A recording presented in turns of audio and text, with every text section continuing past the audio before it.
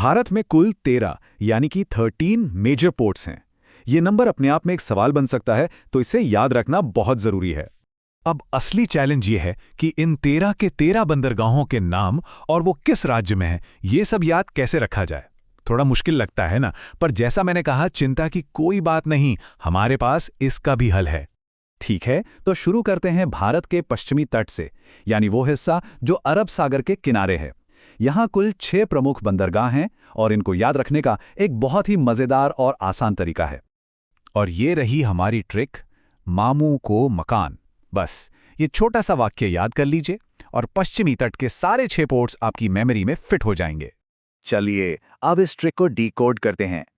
मां से है मुर्मुगाओ जो गोवा में है, मू से हुआ मुंबई महाराष्ट्र, को से कोच्चि केरल में, फिर मा से मैंगलोर कर्नाटक, का से कांडला गुजरात में, और आखिर में ना से नावा शेवा जो कि मुंबई के पास ही महाराष्ट्र में है। देखा कितना आसान था। तो पश्चिमी तट तो हमें याद हो गया। अब चलते हैं पूर्वी तट की तरफ। बंगाल की खाड़ी पर जो बंदरगाह हैं उनको याद रखने के लिए भी हमारे पास एक कमाल का मंत्र है, और वो मंत्र है आपको CTV।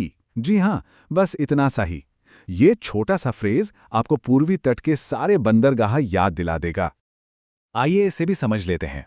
ए से हैं एन्नौर तमिलनाडु में, पी से पारादीप ओडिशा में, को से कोलकाता पश्चिम बंगाल, सी से चेन्नई और टी से तूतीकोरिन, ये दोनों भी तमिलनाडु में हैं, और आखिर में वी से विशाखापत्तनम जो आंध्र प्रदेश में है।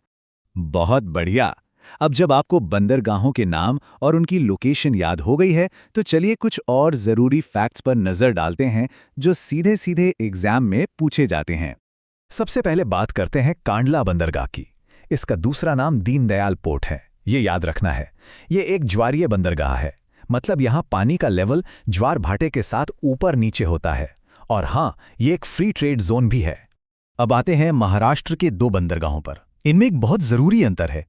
मुंबई पोर्ट जो है वो भारत का सबसे बड़ा प्राकृतिक यानी कि नेचुरल पोर्ट है। वहीं नावा शेवा, जिसे जवाहरलाल नेहरू पोर्ट या JNP भी कहते हैं, वो भारत का सबसे बड़ा कंटेनर पोर्ट है और इसे बनाया गया है, यानी ये कृत्रिम बंदरगाह है। और ये एक ऐसा फैक्ट है जो सीधे 1 नंबर का सवाल बन सकता है।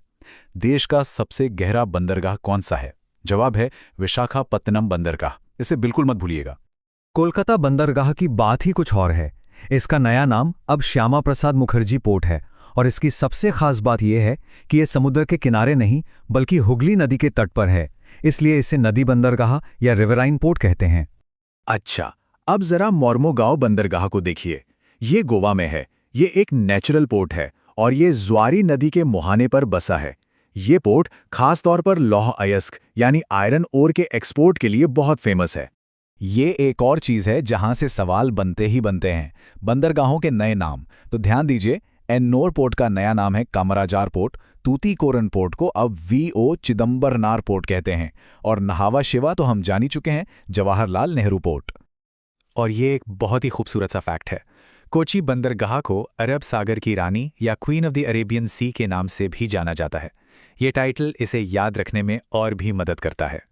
चलिए, तो हमने काफी कुछ कवर कर लिया है।